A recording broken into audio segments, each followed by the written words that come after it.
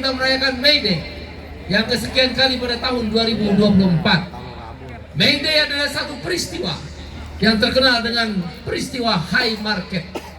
100.000 buruh di Chicago, Amerika telah turun ke jalan menuntut hanya satu hal, Triple H, 8 jam kerja, 8 jam istirahat, dan 8 jam untuk bersosial.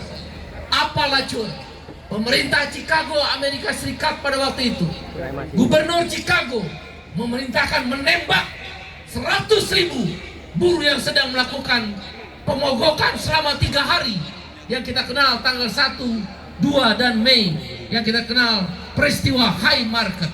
Saudara tahu 5 orang pemimpin buruh yang melakukan pemimpin pemogokan pada waktu itu tahun 1825, abad ke-18. 5 orang pemimpin buruh digantung hanya karena melakukan pemogokan. Gubernur Chicago memerintahkan, terkenal dengan peristiwa high market, 5 orang pemimpin buruh digantung di depan alun-alun yang dikenal lapangan high market, di depan orang banyak, setelah membantai 100.000 buruh di Chicago yang melakukan pemogokan. Cerita buruh adalah cerita tentang penderitaan. Cerita buruh adalah tentang perjuangan. Cerita buruh adalah tentang orang-orang yang tidak akan pernah mundur, orang-orang yang tak pernah mengenal rasa takut, walaupun hukuman gantung, nyawa taruhannya. Hari ini apa bedanya dengan high market 1825? Saya ingat tahun 1900-an, abad ke-19, Suryo Pranoto, adik kandung daripada Ki Hajar Dewantoro, Bapak Pendidikan Sedunia. Makanya kalau kamu lihat Hari Pendidikan tanggal 2 Mei, Hari Buruh tanggal 1 Mei, itu ada hubungannya, karena Ki Hajar Dewantoro ingin melanjutkan jiwa high market.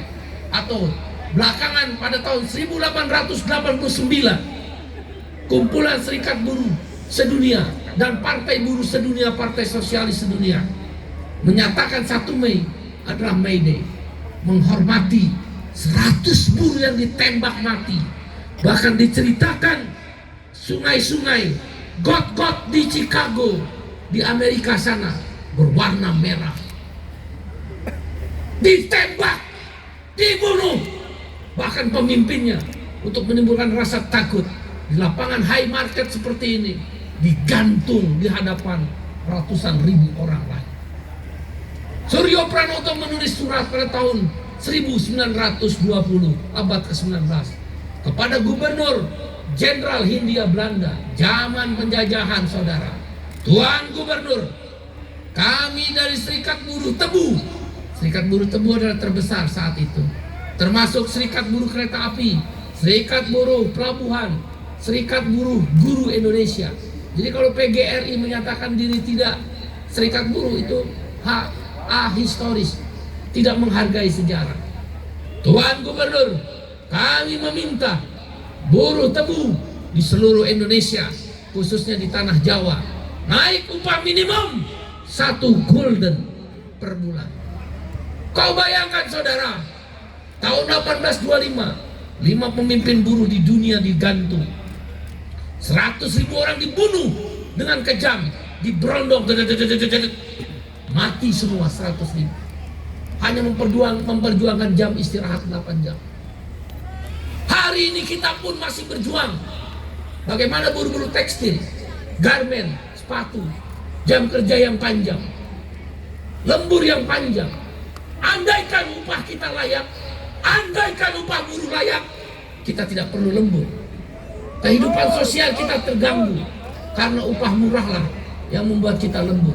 Apa bedanya dengan tahun 1825? Kaum buruh adalah cerita tentang penderitaan. Kaum buruh adalah cerita, buku demi halaman adalah penderitaan. Dan karena itu para buruh, Serikat Buruh, sekarang kita mendirikan Partai Buruh, terus berjuang. Suryo Pranoto tahun 1920 bicara upah minimum. Hari ini upah minimum pun kita bicarakan. Bagaimana mungkin negara memutuskan kenaikan upah sebagai daya beli, purchasing power, para buruh, petani, nelayan, dan kelas pekerja lain di bawah inflasi. Inflasi 2,8%, naik upah 1,58%, buruh nombok 1%. Kan cerita tentang penderitaan. Masa kamu mau diam saja? Masa kamu berdiam diri di rumah? Masa kamu biarkan partai-partai politik itu terus berkuasa? Mereka adalah para pemilik modal. Mereka adalah para pengusaha yang menyetir, mengendalikan hidupmu, mengendalikan upahmu, mengendalikan masa depanmu. Bagaimana mungkin inflasi 2,8%, naik upah hanya 1,58%? Itu bukan naik upah, turun upah, nombok. Kau lihat sekarang, buruh-buruh tekstil, garmen, sepatu, makanan, minuman, supplier, karyawan tetap, umur 40 tahun dipecat, suruh daftar lagi ke agen outsourcing. Di mana negara? Kau pikir negara akan hadir? Tidak, saudara. Omnibus Law adalah jawaban kepada kita. Hanya satu kata, apa? Lawan! Apa? Lawan! Apa?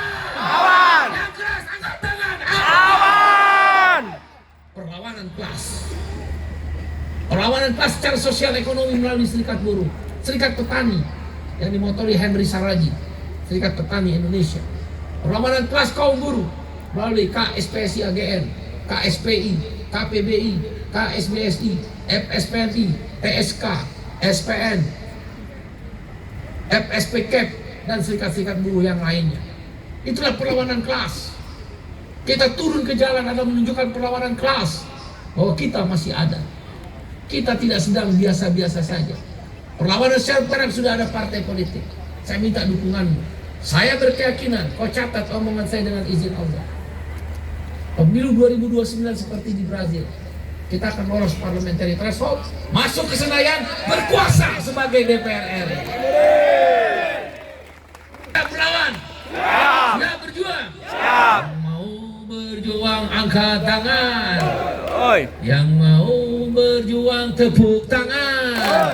Oi! Yang mau berjuang, yang mau berjuang, yang mau berjuang teriak hidup buruh, Hidup buruh! hidup rakyat, Hidup rakyat! partai buruh, Kerja! partai buruh, Rasa kerja! partai buruh. Menang! Oleh karena itu, May Day kali ini kita menyebut dua isu utama, menyuarakan dua isu utama. Satu, cabut Omnibus Law Undang Cipta Kerja. Bagaimana negara membiarkan perbudakan modern? Kau bikin pengusaha suka sama kamu. Kalau dia suka sama kamu, kenapa kamu outsourcing? Kalau dia menganggap kamu aset, kenapa upahmu murah? Kalau memang mereka menganggap buruh menjadi bagian daripada perusahaan, kenapa masa depanmu diputus dengan PHK yang mudah, pesangon yang kecil? Kenapa mereka setuju Omnibus Law? Tidak, saudara. Mereka tidak suka dengan kamu. Kamu kelas buruh harus berjuang sendiri. The working class. We are the working class. Ayo bareng-bareng. We are the working class. We are the working class! We are the working class. We are the working Yang keras. We are the working class! yang keras. The working class! Yang keras. The working class! 1, 2, 3. Halo. Lebih keras.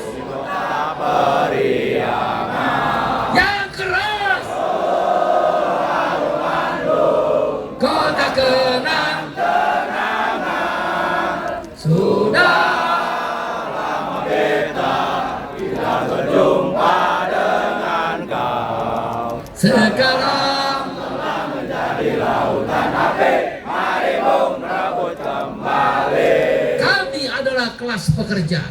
Ada satu masa, satu titik, sebagaimana di belahan dunia lain, di Brazil dengan Partidos dos Trabalhadores, di Malaysia dengan Partai Pakatan Harapan, di Australia dengan Australian Labour Party, di Inggris dengan Labour Party, di Skandinavia, Finlandia, Norwegia, Islandia, Denmark, Swedia, Social Democratic Party, atau di Jerman Barat SPD, atau di Jepang DPJ.